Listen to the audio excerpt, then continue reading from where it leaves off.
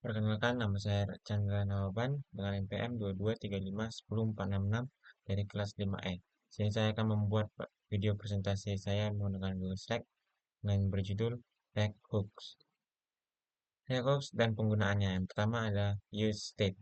Use State adalah salah satu hook utama di React yang digunakan untuk mengelola state pada komponen berbasis fungsi atau fungsional komponen. Fungsinya itu yaitu menerima satu parameter, yaitu nilai awal dari state. Fungsi ini mengembalikan sebuah array dengan dua elemen. Contoh penggunaannya, mengelola state sederhana, mengelola state object menggunakan callback untuk update state. Yang kedua ada use effect. Salah satu hook bawaan React yang digunakan untuk menangani efek samping atau side effect dalam komponen fungsional. Fungsinya itu yang pertama ada callback function, yaitu fungsi utama dalam use effect yang akan dijalankan setelah render. Yang kedua ada return function atau optional, digunakan untuk memberikan efek ketika komponen di unmode atau saat dependensi berubah. Yang ketiga, dependency atau optional, array yang menunjukkan kapan use effect harus dijalankan kembali. Contoh penggunaannya itu tanpa array dependensi, dengan array dependensi, kosong dengan array dependensi, membersihkan efek. Selanjutnya ada use context, yaitu salah satu hook bawaan React yang digunakan untuk mengakses nilai dari konteks atau konteks dalam aplikasi React. Fungsinya itu memungkinkan komponen fungsional untuk membaca nilai dari konteks secara langsung tanpa memerlukan komponen pembungkus seperti consumer. Contoh penggunaannya itu mengatur tema aplikasi gelap atau terang. Yang keempat ada use reducer, yaitu salah satu hook yang disediakan oleh React untuk mengelola state secara lebih kompleks dibandingkan use state.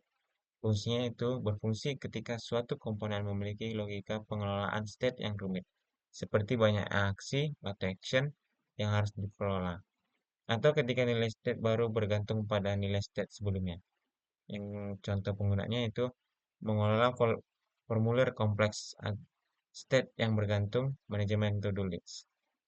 Yang kelima adalah useref, yaitu salah satu hook direct yang berguna untuk mengakses DOM elemen secara langsung dan menyimpan nilai yang tidak memicu render ulang. Fungsinya itu untuk input dan menyimpan data non-stateful. Contoh penggunaannya itu mengakses DOM elemen, menyimpan nilai yang tidak memicu render ulang, menyimpan referensi ke timer. Yang keenam ada use layout effect, yaitu salah satu hook dalam React yang digunakan untuk menjalankan efek setelah DOM diperbarui. Tetapi sebelum browser sempat melukiskan atau paint perubahan tersebut di layar. Fungsinya itu sangat cocok untuk mengukur ukuran elemen DOM atau melakukan penyesuaian visual yang membutuhkan informasi tentang DOM yang sudah diperbarui. Contoh penggunaannya itu mengukur tinggi elemen setelah render. Yang ketujuh ada use ID, yaitu sebuah hook di React yang digunakan untuk menghasilkan ID yang unik dan konsisten di antara render, baik pada server-side rendering atau SSR maupun client-side rendering atau CSR. Fungsinya itu ini sangat berguna untuk ketika Anda membutuhkan ID untuk elemen-elemen yang membutuhkan identifikasi, seperti untuk elemen form, area attributes, atau penghubung antara label dan input, tanpa risiko terjadinya konflik ID. Contoh penggunaannya itu form dengan beberapa input yang memerlukan ID unik. Yang kedelapan ada use transition, adalah hook yang diperkenalkan dalam React 18 untuk mengelola pembaruan UI yang lebih halus dan tidak mengganggu interaksi pengguna. Fungsinya itu membantu memisahkan antara pembaruan yang urgent atau segera dan yang non-urgent tidak mendesak, sehingga bisa mengatur prioritas rendering. Contoh penggunaannya itu ketika membuat aplikasi pencarian yang memerlukan rendering daftar hasil pencarian besar-besaran. Selanjutnya adalah use deferred value, yaitu hook React yang memungkinkan Anda untuk menunda pembaruan nilai pada UI agar tidak langsung diproses. Fungsinya itu untuk menunda pembaruan state hingga UI sudah siap, sehingga mengurangi pemrosesan yang berlebihan dan meningkatkan pengalaman pengguna. Contoh penggunaannya yaitu digunakan untuk menunda pembaruan dari suatu nilai dengan cara menunda rendering elemen yang bergantung pada nilai tersebut. Yang ke-10 ada use science external store, yaitu hook yang diperkenalkan di React 18 untuk mengakses dan berlangganan pada state eksternal yang dikelola di luar React.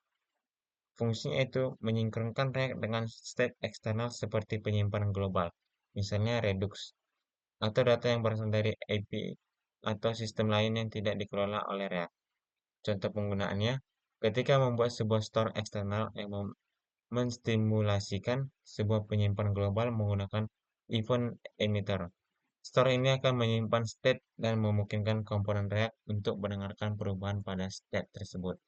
Sekian dari video presentasi saya. Terima kasih.